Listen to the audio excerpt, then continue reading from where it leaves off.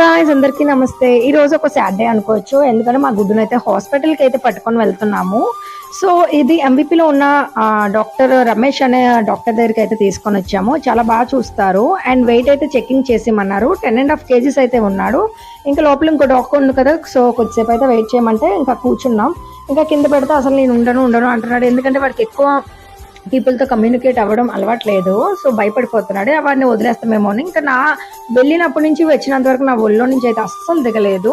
ఇంకా లోపలికి అయితే చెకింగ్ పట్టుకొని వెళ్ళిపోయాం. యాక్చువల్గా వాడికి ప్రాబ్లం ఏంటి అంటే, ఫస్ట్ టైం ఎప్పుడు పడిపోయాడో తెలియదు. మాకు డ్రిల్స్ లాంటివి ఉంటాయి, దాని మీద నుంచి పడిపోయాడు. అప్పుడు మేము గవర్నమెంట్ హాస్పిటల్ చూపించాము, అప్పుడు ట్రీట్మెంట్ తీసుకున్నాము. తగ్గుతుంది అని చెప్పారు. సో ఓకే, లైట్ తగ్గింది. బట్ మళ్ళీ ఒక 3 days ముందు అయితే పడిపోయాడు.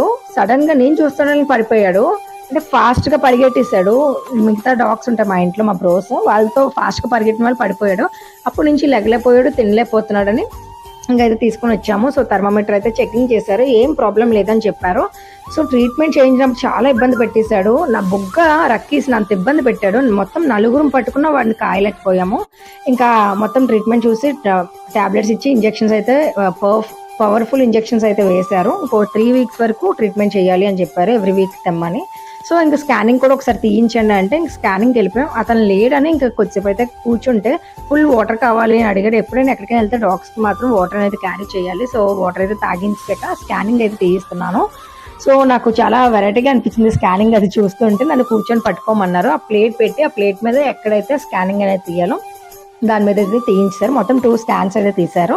ఇంకా వెయిట్ చేయండి అని చెప్పారు. స్కాన్స్ అయితే ఇంకా వచ్చేసాక ఇంటికి అయితే వచ్చేసాము.